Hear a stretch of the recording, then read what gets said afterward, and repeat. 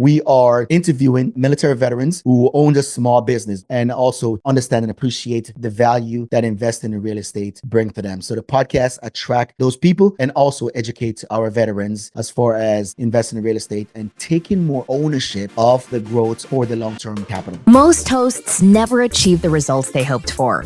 They're falling short on listenership and monetization, meaning their message isn't being heard and their show ends up costing them money. This podcast was created to help you grow your listenership and make money while you're at it. Get ready to take notes. Here's your host, Adam Adams. Hey, podcaster. It's your podcast coach, Adam Adams. And today I am joined with one of the hosts and or co-hosts of the Multifamily Real Estate Experiment. And what they do on that podcast is help people to be able to learn how to passively invest in large pieces of real estate, even with medium amounts of money. And so they're teaching people how to do that. Hutch, who's my guest today, is one of the co-hosts. Also, Heath is the other co-host. And Hutch, his real name is Shelon Hutchinson, but we're going to just call him Hutch because that's what he goes by. And originally from Jamaica. So I'm stoked to have him on the podcast and have his experience. He's been doing this for a few years, but you listen up, he took like a year to a year and a half off. So over a year where he just stopped publishing his podcast. So I want you to be thinking about this. Why would he stop? Why did he come back to the podcast after stopping for over a year? What should I be doing? Should he have ever stopped? What should he have been doing? And so if you're in that same experience, if you're thinking about stopping or you're somebody who's about to launch and you never want to stop, you probably get something out of this episode with Hutch to kind of find out some of the challenges that he's had. And then additionally, how did he overcome it to be able to be really active in his podcast again? So let's jump in with Hutch. Hey, Hutch, you and I have known each other for years because we are both from the multifamily investing space, the apartment investing space. And I recall you and your business partner launching a podcast around the time of COVID. Now, yes. I can't recall, did you start it just before COVID lockdown or just after COVID lockdown? Yeah, so look, talking about action, right? What really pushed us to do the podcast is that we wanted a big win whenever we went to the best ever conference in, I want to say February of 2020, which was right before this freaking COVID thing came about, right? So we wanted a win. So Dr. Jones and I, we recorded, I think it was 3 to 5 episodes that we had scheduled to publish because we wanted to say when we get to the conference that we were an apartment syndicators, but we also podcast hosts. And these are usually get people talking and they want to talk to you because they also want to get on your show to talk about their business, to attract more people to their business or raise awareness of their business as well. So got a few episodes recorded, but then I told Heath, we're not stopping. We're recording 52 episodes. We are publishing for the next 12 months. We're publishing 1 episode every freaking week. And we did just that. But it took some work. And then he got another job that took more of his time. Is that when you stopped? Did you stop at exactly a year? Or would you mind sharing the experience with our listener of what ended up resulting in you pausing the podcast for so long? Yeah. So one of the big things I think a lot of folks need to understand is podcasts, it can be a selfish tool towards your growth, right? So even if you're recording and not publishing, there is so much information that you're learning about a cause or business that you're committed to, right? Or even just gaining knowledge of things. Because imagine, to get an hour with you, Adam, it could cost somebody some good amount of money. Or at least $5, I would say. Wouldn't you? Exactly. At least $5. But to get to an hour with, say, Neil Bauer, who is the mad scientist, that's a couple $100. But Neil Bauer wants to raise awareness for his business. So he will come on a podcast and he will talk about just that, right? And the information that he's sharing, it is so transformative that you are learning so much about the things that you're committed to. So what I ask people is to never stop recording. So in 2020, when we started, we had time. I've been active duty in the Marine Corps at that point for about 22 years. And it was the first time in 22 years that I had the luxury of working from home. So we're doing things that are results-based, which mean I do my job, and then between breaks, I can take an hour or half an hour to record a podcast episode to talk to a person about a specific topic. And that's what the Multifamily Real Estate Experiment podcast I'm aspired to do, is to identify one topic and then drill deep down into that topic to help our listeners to get a better understanding of that question that we're asking our listeners. So 2020 afforded us the opportunity to do that.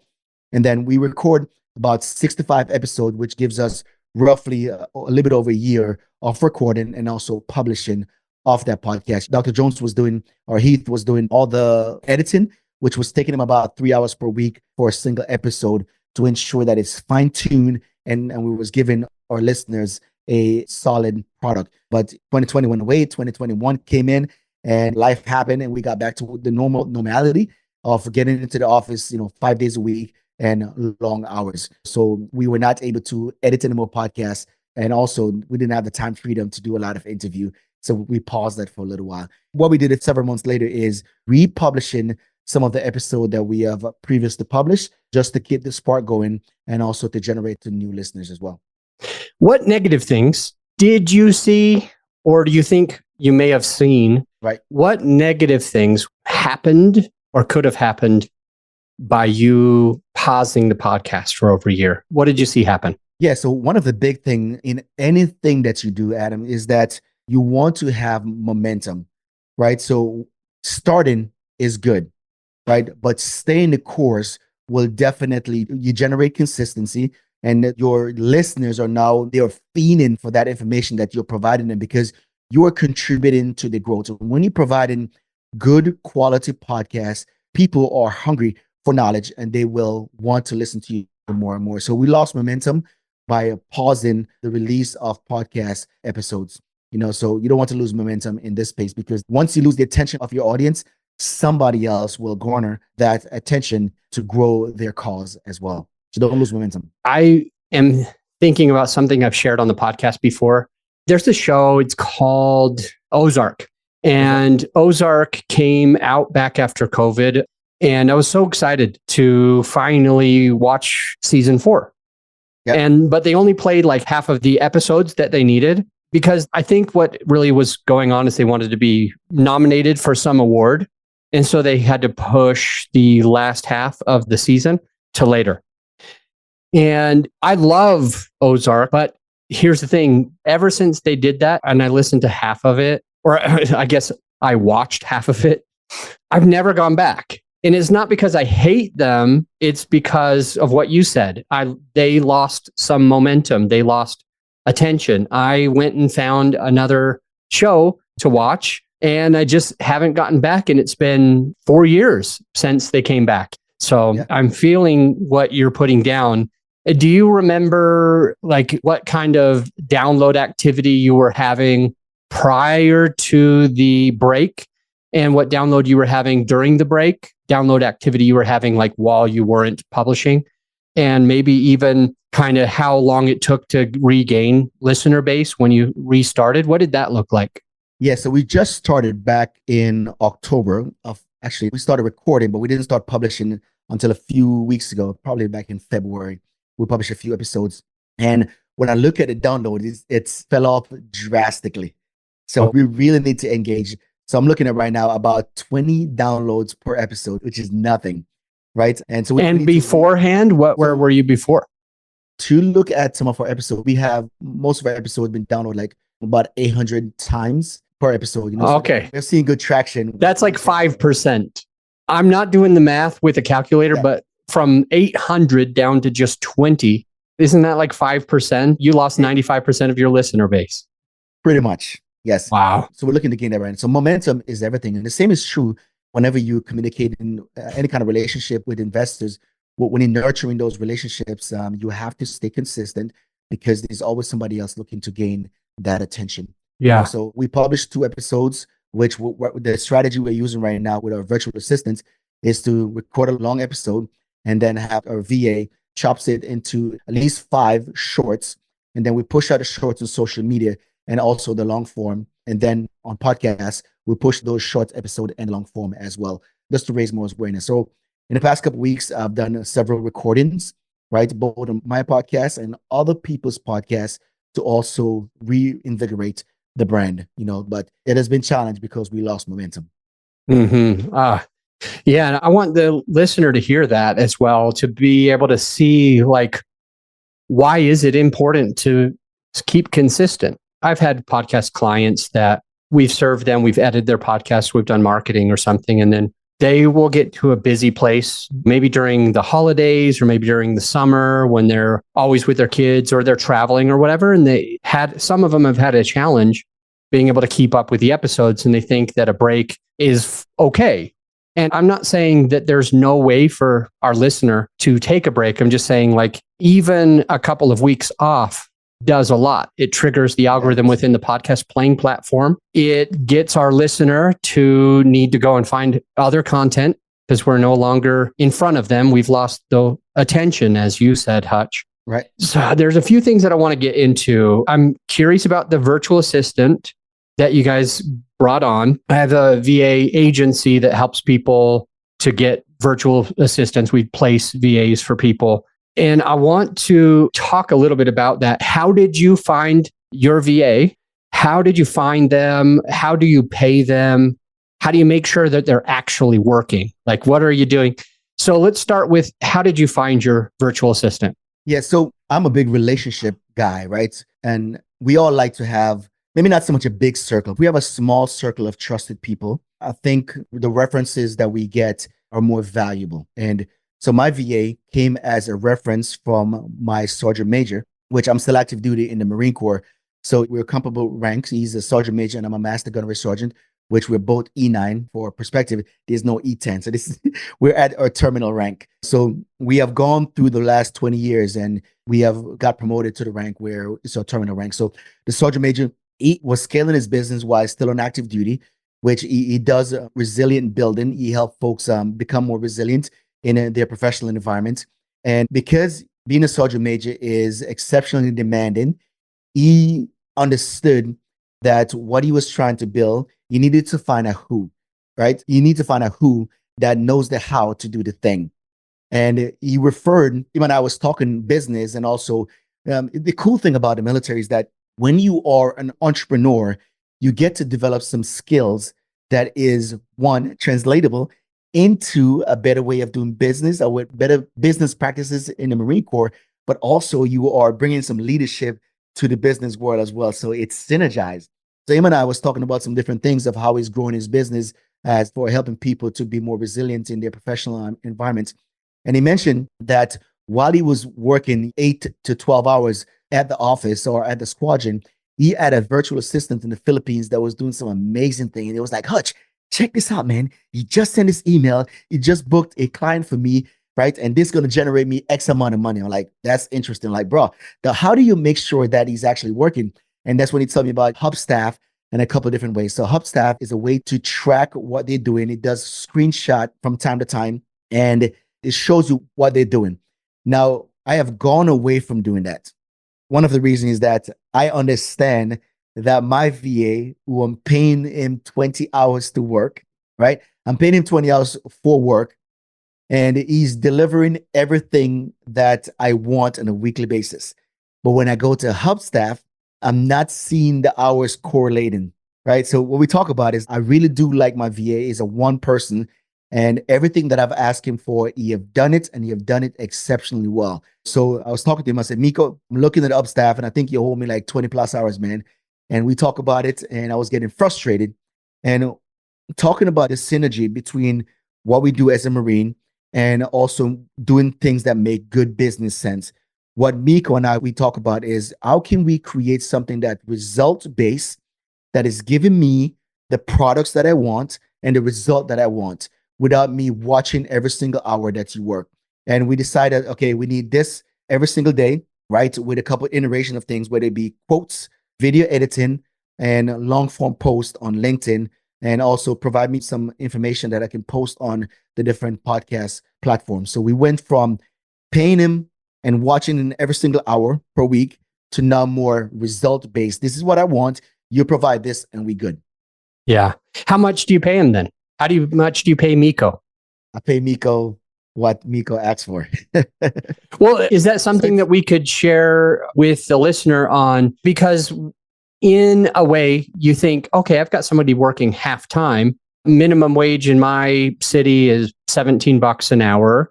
Right. And so if I was only paying the minimum wage, then I need to do the math of 17 times 20 a week. And that ends up being like over almost 400, $340 a week. So that would be like 1,500 for part-time. But I assume that because they're in the Philippines and they have a different cost of living in the Philippines, that you might be saving a little bit of money. And that's all I wanted to share with the listener. Yeah, so it's definitely a huge cost saving. And I had the luxury last year of traveling to the Philippines and staying in a hotel. And I'm a big people person. I want to talk to everyone at every level of their journey. So I'll talk to the janitor. I'll talk and walk and fist bump the person sweeping the street. At the same time, I'm talking to the manager of the hotel and I'm fist bumping the supervisor, whatever the case may be, right? Because I'm just a lover of people. So I got to talking to the folks who actually went through trade school to learn how to give better service to the hospitality industry. And some of these folks that were making $9 per day for the entire day of work, I'm talking like 8 to 12 hours. And sometimes even beyond that, they're getting paid $9. So that was my perspective. So when Sergeant Major referred Miko to me, he gave me a little backstory about Miko. He said, Miko is a father. And that's one of the things that they value the most. And what Miko wants to do, Miko wants to provide sustainable health insurance for his son, his young son. I say, I can do that. And that's one of the reasons why we were able to go from watching him on an hourly basis to more result-based. When I met Miko knew nothing about video editing. And I was using Descript, which is unique tools of editing video. You can put this and the transcript into Descript. And if I erase one word, then it automatically adjusts the video to ensure that we have the minimal gap. So I taught Miko and also sent him some emails and different webinars on how to effectively utilize Miko. So when I met Miko, he was at the valuation for us at $6 per hour. But where he is right now is significantly superior to that. Miko, if he wants right now, because of the quality of work that he's doing, could be asking for anywhere between $12 and $15 an hour because of the value that he have grown over time. So I still pay Miko $6 an hour, and I throw him some bonuses whenever he perform ahead of time. On schedule or ahead of time. Yeah. So I pay him $120 per week, but depends how he does. Might throw him $150 per week. And also, if I watch a video that Miko does, whether it be a minute or 5 minutes, and I'm jumping out my skin and I want to show it to my wife, that's a bonus added for Miko. Yeah. I understand Miko's why. Yeah. I want to add to something you said. And actually, I want to ask about your business model. So in a sec, we'll take a break. And when we get back, I want to just talk about the business model because our listener is probably and hopefully some type of mentor, coach. They've got a product or service that they can sell. And I want to talk about your business model and how it works with your podcast so that the listener can also be thinking about doing the same thing. But first, I wanted to illustrate something that you said. I also visited the Philippines so far just once, but I went to a couple of different islands and I was like you. I would talk to people that worked at 7-Eleven. I would talk to people that worked at the grocery store. I'd talk to people that worked at the bank. I talked to people that worked in medical. And I asked most of them how much money do they make per hour. And most of them made somewhere between $1 to $3 an hour. So $1 to $3. So there was a loan officer at a bank who made about $1.10 per hour. And that's about that $9 per full day that you were mentioning as well. And so that is real. We start our staff. I have 30 some odd employees, all of them from the Philippines. And we start them at $3.50 per hour. And our highest paid staff gets about $6 or $6.50 per hour. And they've been with me for 8 years now, 8 years, the same person. And she just loves her job. And I just think the world of her. She does everything for us. And it's not $20, $25, $30 an hour. It's $3, $4, $5, $6 per hour. Yep. Now let's take a quick break. And I want to get into your business model, how the podcast works into it. And we'll be right back. Hey, my friend, as you know, this episode is sponsored by my company, growyourshow.com. We want you to be able to have the best tools at your disposal without costing you a whole arm and a leg. So right now you can get a free list of vetted equipment that like mics, mixers, webcams, sound treatment, editing software, everything that you need. I created the whole PDF with direct purchase links just to save you time and money to help it be more convenient for you. So this free PDF will help you skip all the guesswork. If it's on there, it's vetted and approved by yours truly. And if it's not on there, it's probably not worth the money. So go ahead and get yours at growyourshow.com/PDF. Let's get back into the show. We're back with Hutch, aka Shelon Hutchinson, and wanted to find out, just to get into his business model. How does his business work? How does he make money? And how does he make the podcast be able to support his overall vision? Go ahead, Hutch. Yeah. So one of the things that we value the most is education. See, society makes us think that money is too challenging for us to understand, and that we are not wise enough to manage it. So that's why we give a lot of our money to different financial advisors because we don't feel that we have enough competence to manage our money. So what we want to do is to educate our listeners about the way money works and the alternative to the stock market. Not necessarily alternative, but also a synergistic way of creating diversification in their portfolio to ensure that the money that they work so hard for can actually work harder for them by generating passive income. So what we do is very simple. We develop a relationship with passive investors and active operators to purchase large multifamily real estate to create passive income for investors to get their time back. And the time back that we're talking about, we are now focused on working more retired veterans who are accredited investors that own a small business. And in season 3 of the M3 podcast, the Multifamily Real Estate Experiment podcast, aka M3, we are interviewing military veterans who own a small business and also understand and appreciate the value that investing in real estate bring to them. So the podcast attract those people and also educate our veterans as far as investing in real estate and taking more ownership of the growth for the long-term capital. So in short, it sounds like you're buying big properties and syndicating them with lots of investors, being able to put in something like 50 grand each, give or take. And now you're able to buy a big property where your down payment might be like 3 million. You might have 5, 10, 20, 30, even 60 investors in the same deal. You and your partners help to manage the deal, and then the passive investor just gets money. And it sounds like your podcast's goal is to educate that person and to create something where you can gain a leadership platform. Leadership. Yes. Yeah. Thought leadership. And that's helping you. So people are sharing your story, your podcast, your content, even when you're asleep or you're on vacation or you're doing your other job. And people are always getting educated. Love it. So one of the big points about that is that by creating, to your point, creating thought leadership content, whether it be through the podcast or on YouTube or different social media, sharing with others. One of the cool thing about that, especially if you're raising private capital from investors, is because you're in the ear so often, they feel as if they know you. So by the time you hop on, I love that. By the time you hop on a phone call with a passive investor, it's like they are trying to sell who they are, or they are focused more on you getting to know them because they already feel like they know you. So it gets you into people's ears. They're familiar with your voice. They get to learn about your business strategy. And also, if they ask you a question, say, for example, you schedule a 30-minute call and they ask you a question you might not have time to answer in full length, right? And also you want to be respectful of the time and said, I want to be respectful of your time, but I recorded a podcast episode on that specific topic.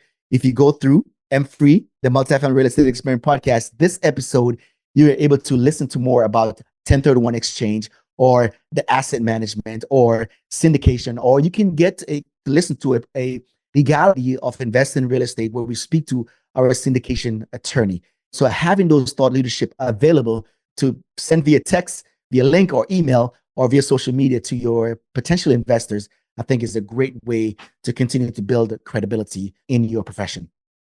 We've had a great episode with you, Hutch. I appreciate it. We've talked about your experience starting a podcast a couple of months before the big crash, the big thing, the virus went crazy. And the reason that you did it because you wanted to have that credibility as you were going into an event, a big event that's in your space, to be able to capture people's attention. You talked about the value of consistency. You talked about losing 95% of your listeners by being away from the podcast for over a year. We talked about the podcast being a quote, a selfish tool, a tool that in your words sounded like it's something that can really benefit you, your experience. And you can talk to people that otherwise might cost you money to have a conversation with them.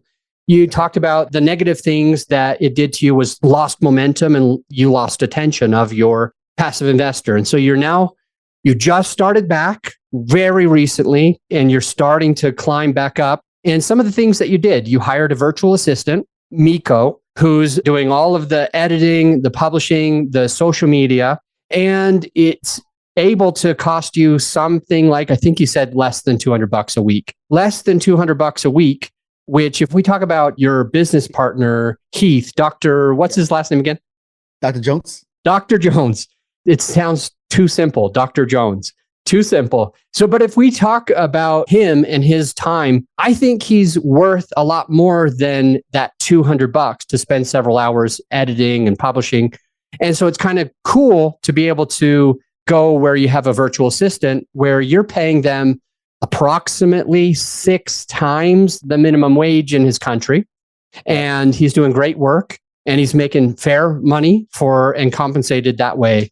You talked about how Hubstaff, and my company uses something called Screenshot Monitor, but you talked about Hubstaff and how it did screenshots automatically so that you could see what they're doing. You're not worried about that now anymore because it's more result-based payment for him. You also talked about the shorts that he's doing on social media and the long form. And we talked about your business model and how serving people on your podcast is in turn bringing you the person that you are best to work with. And that person in general is a passive investor who wants to be able to put in $50,000, $100,000, $25,000 of their own money and just do nothing and know that the property is probably going to be performing better than the stock market.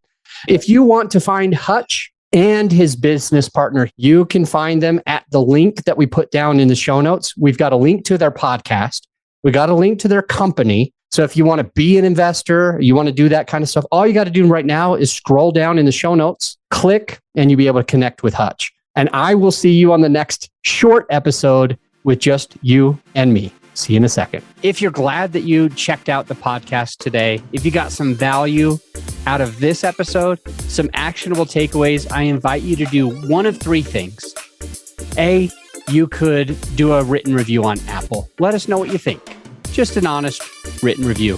B, you could share the podcast with a friend of yours who needs it. Or C, at the very least, implement what you've learned to take your business and your podcast to the next level. And I'll see you on the next episode.